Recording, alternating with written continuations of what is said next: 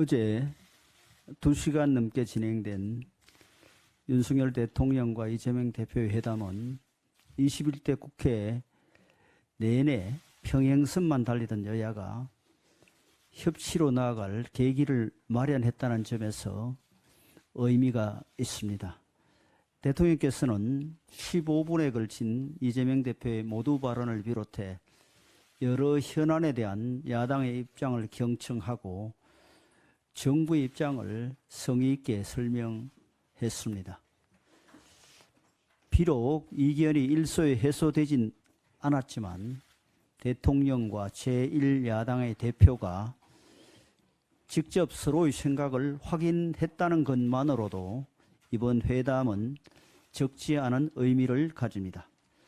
특히 의료개혁에 대한 같은 뜻을 확인한 만큼 세부적인 방법론에서만 의견이 조율된다면 계획을 추진해 나가는데 큰 힘이 실리리라고 생각합니다. 다만 어제 회담을 마치고 민주당에서는 민생 회복을 위한 의지가 없어 보인다, 변화의 의지가 없어 보인다는 평가를 내놓은 점은 아쉽게 생각합니다. 무엇보다 민생회복지원금 지급에 대해 대통령께서 동의하지 않는 데 대한 불만을 표시한 것으로 보입니다. 민주당이 이번 선거를 앞두고 공약한 정책인 만큼 거듭해서 주장하는 정치적 이유가 있다는 것은 이해를 합니다. 그러나 개개인의 형편을 고려하지 않고 재원을 투입하는 비효율성, 민생 어려움의 원인인 고물가 고금리를 심화시키는 부작용, 급증한 국가 채무에 13조 원의 채무를 더 얹어야 하는 재정 상황 등 정책 전문가들과 국민들의 우려가 큰 사안입니다. 이러한 우려를 불식시킬 만한 과학적 근거나 사회적 합의도 없이 단순히 정치적인 이유로 정책을 추진하는 것은 정부로서는 무책임한 일이라고 생각할 수 있습니다. 사슴을 쫓는 사람은 산을 보지 못한다고 합니다. 모처럼 성사된 귀중하고 의미 있는 자리를 어느 한쪽의 정치적 목표가 달성되지 않았다고 해서 폄훼하고 평가절하했어야 더 나은 다음을 기대할 수 없을 것입니다. 진정한 협치는 서로에 대한 충분한 이해와 존중에서 시작됩니다.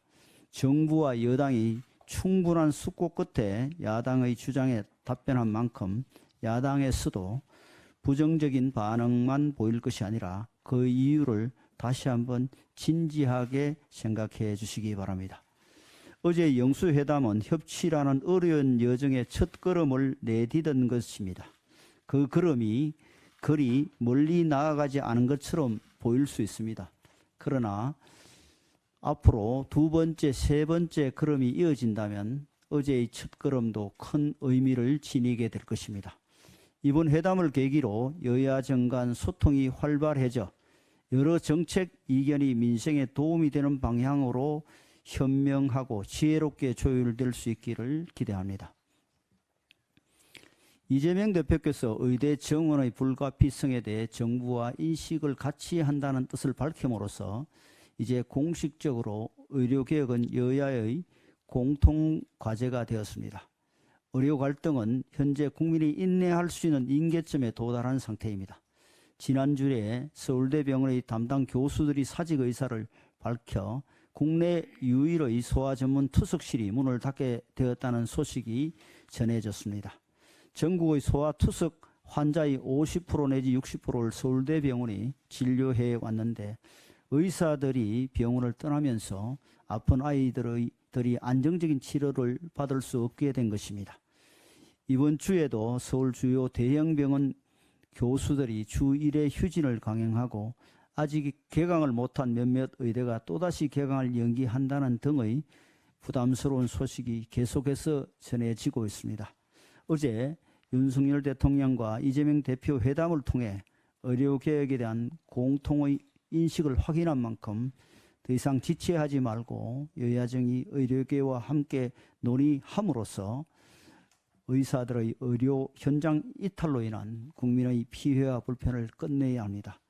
회담에 대해 정치적 거래라며 거부 반응을 보인 의사단체들도 다시 한번 생각해 봐야 합니다. 의대 정원은 국민들이 압도적으로 찬성한 정책이며 이제 행정부만이 아니라 입법부도 뜻을 같이 하는 정책이 되었습니다. 의사들은 지금까지 정부만 굴복시키면 정책을 철회시킬 수 있으리라 믿을 수 있습니다. 그러나 어제 회담을 통해 의대 정원은 국회도 동참한 국가적 과제임이 확인되었으니 지금까지 믿음을 재검토해 주시기 바랍니다. 의사단체들은 어제 회담의 의미를 과소평가하지 말고 문제 해결을 위한 대화의 장으로 나와 주시기 부탁드립니다.